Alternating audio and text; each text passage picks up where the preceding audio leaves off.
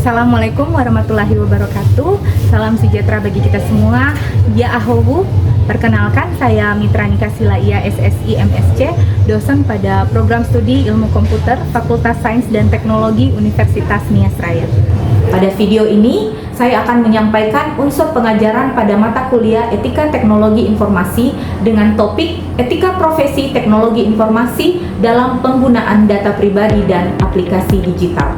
Mata kuliah Etika Teknologi Informasi adalah mata kuliah wajib di program studi Ilmu Komputer dengan kode ILK 310 yang ditempuh oleh mahasiswa Ilmu Komputer pada semester 3. Mata kuliah ini penting karena mahasiswa Ilmu Komputer tidak hanya perlu memahami teknologi dari sisi teknis, melainkan juga memiliki kesadaran moral, etika, hukum, dan tanggung jawab profesional dalam menggunakan maupun mengembangkan teknologi informasi. Berdasarkan RPS, mata kuliah Etika Teknologi Informasi bertujuan untuk memperkenalkan makna profesional, hukum, budaya, dan etika dalam dunia kerja bidang teknologi informasi dan komunikasi, serta dampak dan kontribusinya dalam masyarakat.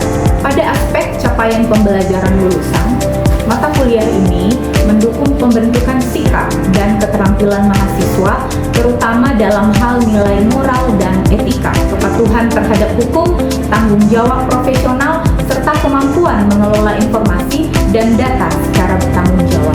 Pada video pengajaran ini, CPMK yang saya tekankan adalah CPMK 1 dan CPMK 2. CPMK 1 berkaitan dengan kemampuan mahasiswa untuk memahami dan merumuskan etika profesi bidang teknologi informasi. CPMK 2 berkaitan dengan kemampuan mahasiswa untuk mengidentifikasi dan menyusun kode etik profesi pada bidang teknologi informasi. Adapun sub CPMK yang saya gunakan dalam micro teaching ini adalah sub CPMK 3, 4, dan 5. Mahasiswa diharapkan mampu menjelaskan hubungan pekerjaan dan profesi, merumuskan etika profesi dalam bidang teknologi informasi, serta menjelaskan fungsi kode etik profesi. Dalam aspek delivery, saya menggunakan pendekatan case-based learning. Mahasiswa diajak memahami materi melalui kasus nyata yang dekat dengan kehidupan digital masyarakat, yaitu kasus pinjaman online ilegal dan penggunaan data pribadi. Kasus ini saya gunakan sebagai pemantik agar mahasiswa memahami bahwa etika profesi teknologi informasi bukan hanya konsep teoritis, tetapi berkaitan langsung dengan praktik penggunaan teknologi di masyarakat. Dalam aspek interaction, mahasiswa dilibatkan melalui pertanyaan pemantik, diskusi singkat, tanya jawab di kelas, dan penggunaan Mentimeter. Karena pembelajaran ini direkam secara luring, interaksi mahasiswa juga akan ditampilkan melalui respon mahasiswa saat menjawab, bertanya, dan mengikuti polling Mentimeter. Dalam aspek assessment, saya menggunakan kuis formatif melalui Mentimeter pada akhir pembelajaran.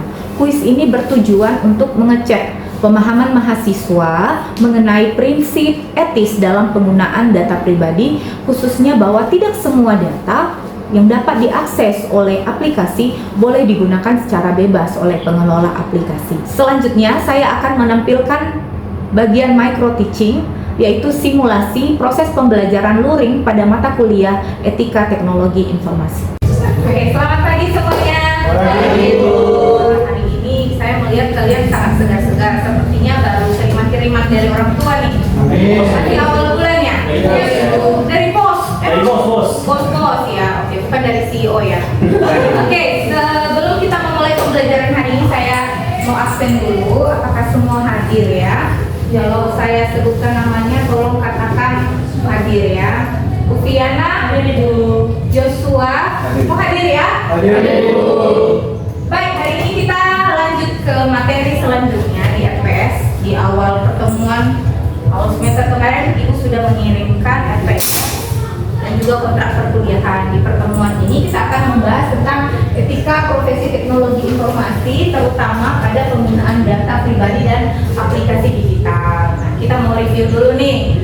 Minggu lalu kita sudah belajar banyak tentang etika teknologi informasi. Ada yang masih ingat apa itu etika? Oke, cuma satu orang. dari cewek apa cowok nih? Cewek dulu, ladies first, silakan. Etika itu adalah seperangkat nilai dan prinsip yang menjadi pedoman dan acuan bagi seseorang dan sekelompok untuk mengambil keputusan dan bersikap di manapun mereka. Oke, good. Gimana kalau menurut Yosua apa?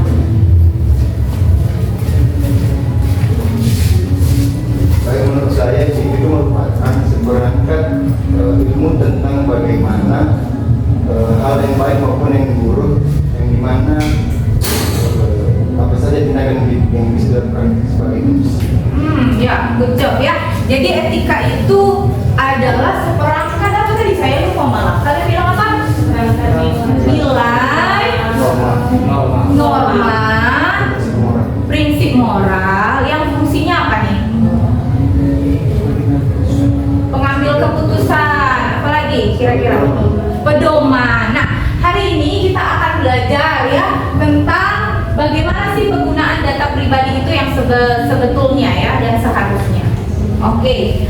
Teman-teman pernah mendownload aplikasi? Nah, ketika mendownload aplikasi itu menurut kalian apa saja data-data kalian yang bisa tersebar saat kalian mendownload aplikasi tersebut? Nomor telepon, email, nama, kadang juga kalau Iya, kadang-kadang ya aplikasi itu butuh KTP. Iya. Oke, kalau kalian mendownload sebuah aplikasi itu, kalian biasanya memfilter aplikasinya tidak? Apa semua aplikasi kalian mendownload? Tidak semua. Tidak semua ya. Oke. Nah, tujuan pembelajaran hari ini adalah ada 3. Setelah pembelajaran hari ini, kita berharap kalian semua, kita semua bisa menjelaskan konsep dasar, yaitu hubungan antara pekerjaan, profesi, dan etika profesi secara komprehensif. Yang kedua, kita bisa mengidentifikasi masalah etis dalam penggunaan data pribadi pada aplikasi digital. Dan ketiga, merumuskan sikap profesional IT terhadap kasus aplikasi digital. Dan apa nih yang lagi marah nih? Pinjol itu apa tuh? Pinjol online. Siapa di sini korban pinjaman online? Ada yang namanya terlambat pengiriman dari orang tua, tinggal hubungi siapa? Isi cash. Nah, isi cash apa lagi tuh? Pay letter. Ya, apa lagi? Kredivo. Aku laku. Oh ya, ada aku laku juga. Oke. Nah, ada sebuah kasus nih dan ini adalah edaran yang diberikan oleh Otoritas Jasa Keuangan melalui Satgas Waspada Investasi. Bisa dibaca dulu sebentar? Ada yang bisa merangkum ini apa informasi yang diberikan lewat paparan yang saya berikan?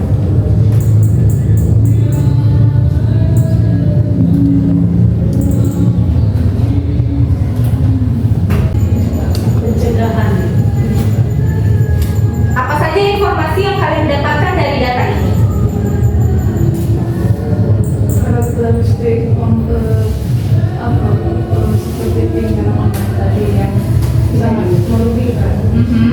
Jadi yang di slide ini mereka memanfaatkan poin-poin apa saja yang harus kita perhatikan ketika kita melakukan sesuatu. Itu kenapa berkaitan tadi di etika. Etika itu kan moral atau bagaimana seseorang bersikap sebelum dia mengambil keputusan. Jadi fungsi dari slide ini yang memberitahu kepada kami di sini sebagai mahasiswa bahwasanya ini loh ciri-ciri pinjaman online ataupun kredit online yang sangat berbahaya. Oke, itu ya informasi yang kita dapatkan dari data yang disuguhkan di presentasi ini. Lalu kira-kira menurut kalian di informasi ini ada berapa aplikasi atau website yang ditutup oleh OJK? 3.193. Banyak nggak tuh? Banyak.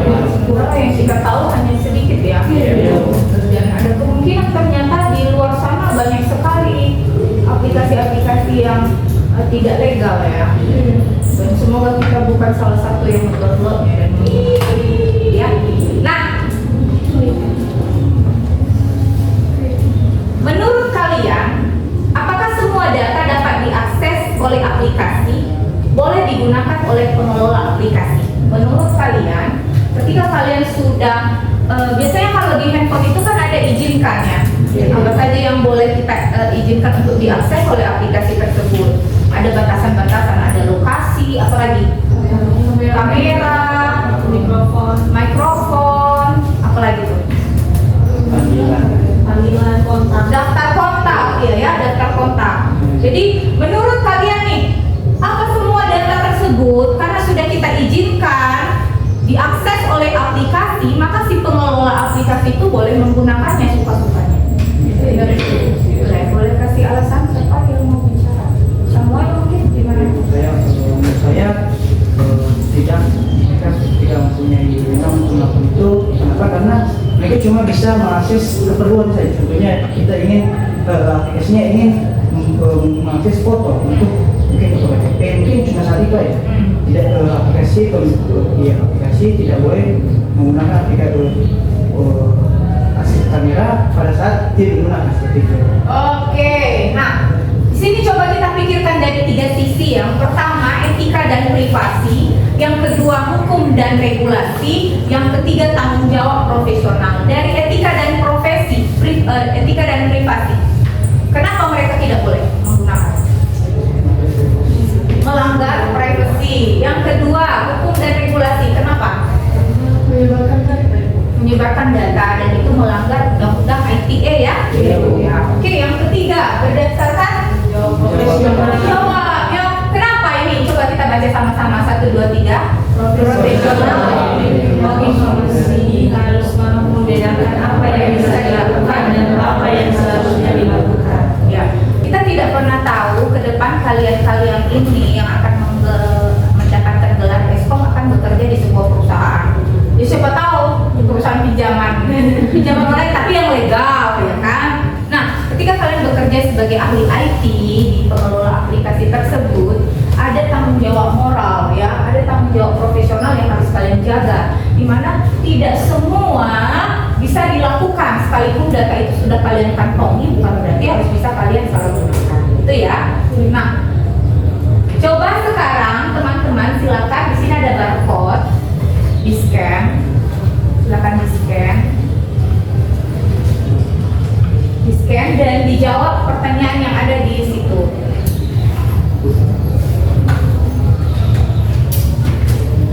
Nah, kalau tidak terbaca, kalian bisa buka mentimeter.com lalu masukkan kode ini.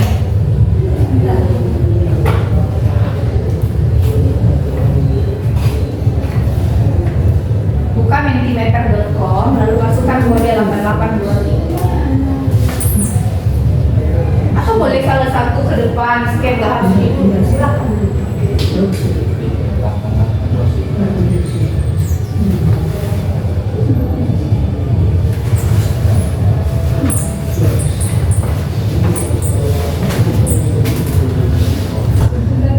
Oke. Nah, yang pilih 1 ada 3 orang, pilih 2 ada 3 orang, rata-rata 3-3-2 ya. Kenapa sih kalian memilih 1? Pilihan pertama, bagian A, kenapa kalian memilih itu? Siapa tadi yang pilih itu? Ada yang pilih semua jawaban benar? Ada? Kenapa deh semua jawaban benar? Jadi alasan saya memilih poin terakhir itu semua jawaban benar karena menurut saya itu merupakan satu hal yang seharusnya tidak seharusnya dilakukan oleh seseorang pengelola aplikasi. Karena menurut saya memang data diri seseorang yang ingin melakukan transaksi seperti peminjaman itu perlu. Tapi ketika data yang diminta itu berlebihan, kita sebagai peminjam juga berpikir, oh ini sepertinya ada sesuatu yang ingin dikehendaki oleh si pengelola aplikasi. Karena menurut saya untuk sekedar contohnya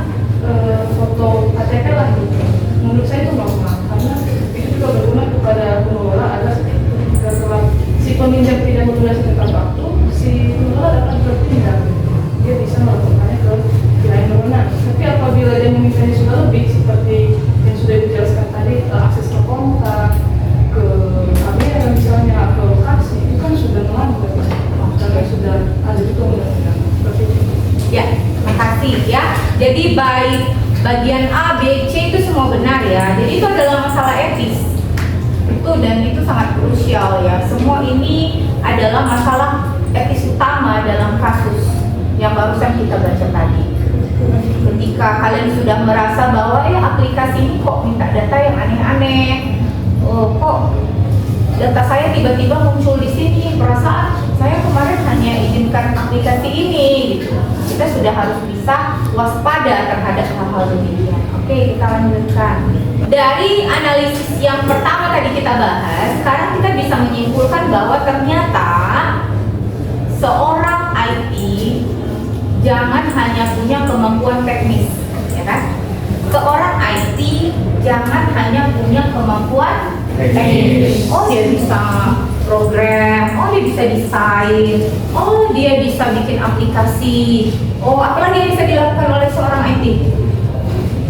Oh dia bisa jadi editor, banyak hal yang dia bisa ngolah data. Tapi kalau dia tidak punya ini apa tanggung jawab etis, itu sama dengan nol ya. Nih neraca harus seimbang, jangan sampai berat sebelah. Oh dia jago nih, jago desain, jago program, jago editing dan lain sebagainya, tapi dia nggak punya tanggung jawab etis ya. Karena seorang IT harus mampu mengimbangi kemampuan teknis dan tanggung jawab etis. Harus balance, kedua-duanya harus balance. Kalau sampai lebih besar kemampuan teknisnya, bahaya, itu bahaya. Ya, oke, kita lanjut. Nah, sebelum lanjut ke slide selanjutnya, ada pertanyaan yang ingin ditanyakan? Aman semuanya?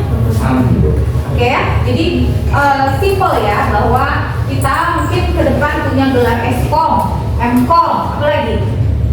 Doktor Ufiana Eskom, Mkom, jago programming, jago desain, segala hal jago, mulai dari bongkar pasang komputer jago, tapi dia tidak bisa mempertanggungjawabkan kemampuan. Oke, kita lanjut. Tentang pekerjaan dan profesi. Nah, menurut kalian apa perbedaan pekerjaan dan profesi? Menurut saya pekerjaan dan profesi itu berbeda karena pekerjaan itu semua orang bisa melakukan pekerjaan tersebut. Sedangkan profesi kita harus memiliki skill tertentu untuk mempertanggungjawabkannya. Oke, ada lagi? Sama ya, Assalamualaikum ya, persepsi kita sama ya. Seseorang mungkin dia bisa mengajar, tapi dia belum tentu seorang guru. Ya. Seseorang mungkin bisa memperbaiki komputer yang rusak, tapi dia bukan teknisi. Ya. Kalau di kampung-kampung kan, seseorang bisa berani memberikan obat, tapi belum tentu dia adalah seorang dokter. Ya. Jadi profesi adalah bagian dari pekerjaan, tetapi tidak semua pekerjaan dapat disebut profesi. Karena profesi itu namanya saja profesi, profesionalisme. Tentu harus didukung dengan keahlian khusus, didukung dengan sertifikat pendukung, ya, didukung dengan pengakuan. Kalau dia guru ada sertifikasi kompetensinya, kalau dia teknisi pasti ada sertifikasi kompetensinya.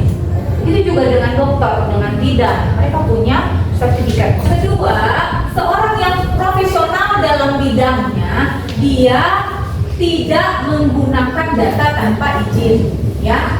Data hanya digunakan sesuai persetujuan dan kebutuhan. Ketiga, seseorang yang profesional dalam bidangnya, dia membuat sebuah aplikasi, membuat sebuah sistem yang mana sistem tersebut tidak boleh dimanfaatkan di luar tujuan yang sama. Dan keempat, setiap kali dia membuat sebuah teknologi, sebuah aplikasi, dia harus mampu mempertimbangkan konsekuensi sosial dan setiap keputusan. Jadi seseorang dikatakan berprofesi ketika dia juga memiliki atau menjunjung tinggi kode etik profesinya. Ya, misalkan kalau dokter, apa kira-kira kode etik dokter? Melayani sepenuhnya. menghormati, melakukan tindakan operasi sesuai SOP, kan mereka ada SOP. Oke. Fungsi kode etik profesi, kenapa sih harus ada kode etik profesi ini? Ya, ternyata berdasarkan buku yang kita gunakan di mata kuliah etika teknologi informasi, dia memberikan 3 pilar utama. Ya, mengapa? Apa fungsinya kode etik profesi IT itu? Yang pertama sebagai pedoman profesional, kedua sebagai kontrol sosial, dan ketiga sebagai batasan campur tangan pihak lain. Pedoman profesional ini berarti kode etik itu dijadikan sebagai pedoman bagi anggota profesi untuk mengetahui hal yang boleh dan yang tidak boleh dilakukan. Itu maksudnya kode etik profesi sebagai pedoman profesional. Yang kedua, kontrol sosial.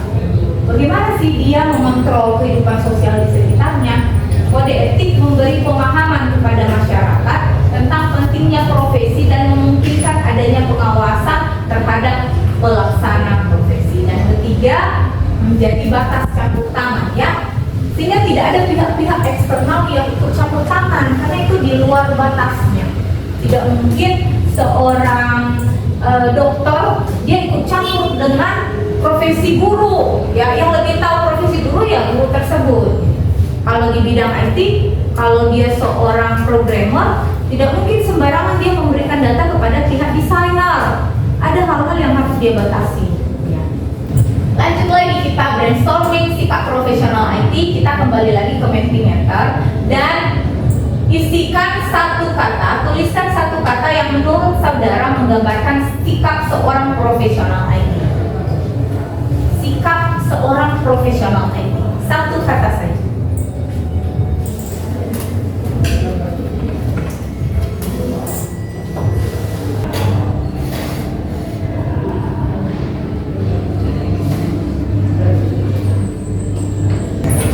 Integritas. Ada 4. Apa maksudnya 4? Sampai kasih 4. Satu kata. 4. Satu angka itu bukan satu kata. Jadi maksudnya itu empati. Oh iya ya, empati. Iya. Kasih 4 sama I gitu, empati. Kamu kreatif. Prinsipnya yang pertama adalah izin. Ya, harus ada EIZIN-nya. Data digunakan berdasarkan persetujuan yang jelas dari pengguna. Ya, makanya kita juga pengguna wajib hati-hati nih. Jika diminta lebih, ya jangan dikasih, kan? Masa mau install game, dia mengizinkan aplikasi kontak, kan? Padahal cuma game doang, ya. Jadi harus hati-hati juga. Nah, saat kita menjadi seorang profesional IT, kita misalnya membuat aplikasi, usahakan agar data yang sudah kamu kantongi tersebut benar-benar kamu gunakan sesuai dengan persetujuan yang dibolehkan oleh si pengguna aplikasi tersebut. Yang kedua, kebutuhan. Data yang diminta harus relevan dengan fungsi aplikasi. Itu yang saya bilang tadi, kan?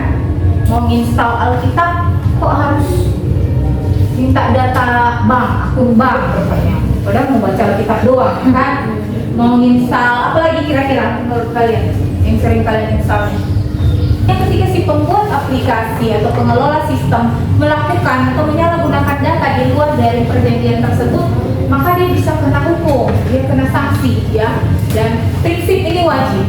Ketika kalian menjadi seorang profesional dalam bidang IT, mari teman-teman menjunjung tinggi 4 prinsip ini. Prinsip yang pertama adalah izin, yang kedua kebutuhan, keamanan dan tanggung jawab. IKKT, gampang ingatnya ya. IKKT. Siapa tahu keluar di UTS, kan? Siapa ya? Ini salah satu kisi-kisi soal UTS nih.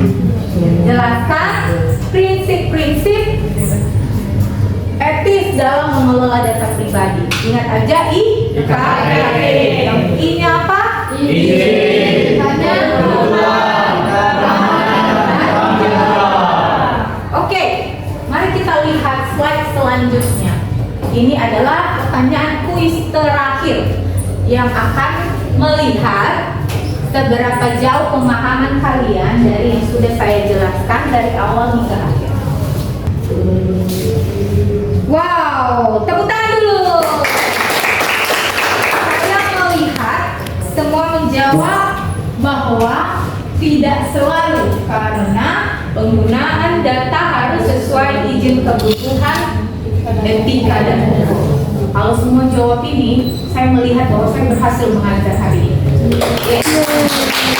KKT apa tuh? Izin kebutuhan, keamanan, dan tanggung. Keren-keren kalian ini ya. Calon-calon CEO. Oke, sebelum saya menyimpulkan pertemuan hari ini, apakah ada pertanyaan? Cukup clear? Clear ya? Oke, jadi kesimpulan dari pembelajaran kita hari ini di topik tadi yang sudah kita bahas dari awal, bahwa teknologi yang baik bukan hanya berfungsi tapi juga bertanggung jawab. Ingat kembali neraca keseimbangan tadi ya, seorang profesional IT jangan hanya jago secara teknis, tapi dia juga harus balance dengan kode etiknya ya, sifat etikanya. Kalau ini seimbang, maka saya percaya profesional IT ke depan akan menjaga data pengguna, menghasilkan aplikasi yang bermanfaat bagi pengguna dan masyarakat, dan tidak ada lagi kasus-kasus penyalahgunaan data secara ilegal. Ya, dari sisi etis, hukum, norma, kebutuhan lokal masyarakat kita. Kalau misalkan kamu bikin aplikasi yang dikhususkan penggunanya adalah orang Nias, coba analisis kembali kebutuhan masyarakat lokalnya ini seperti apa sih kebutuhan.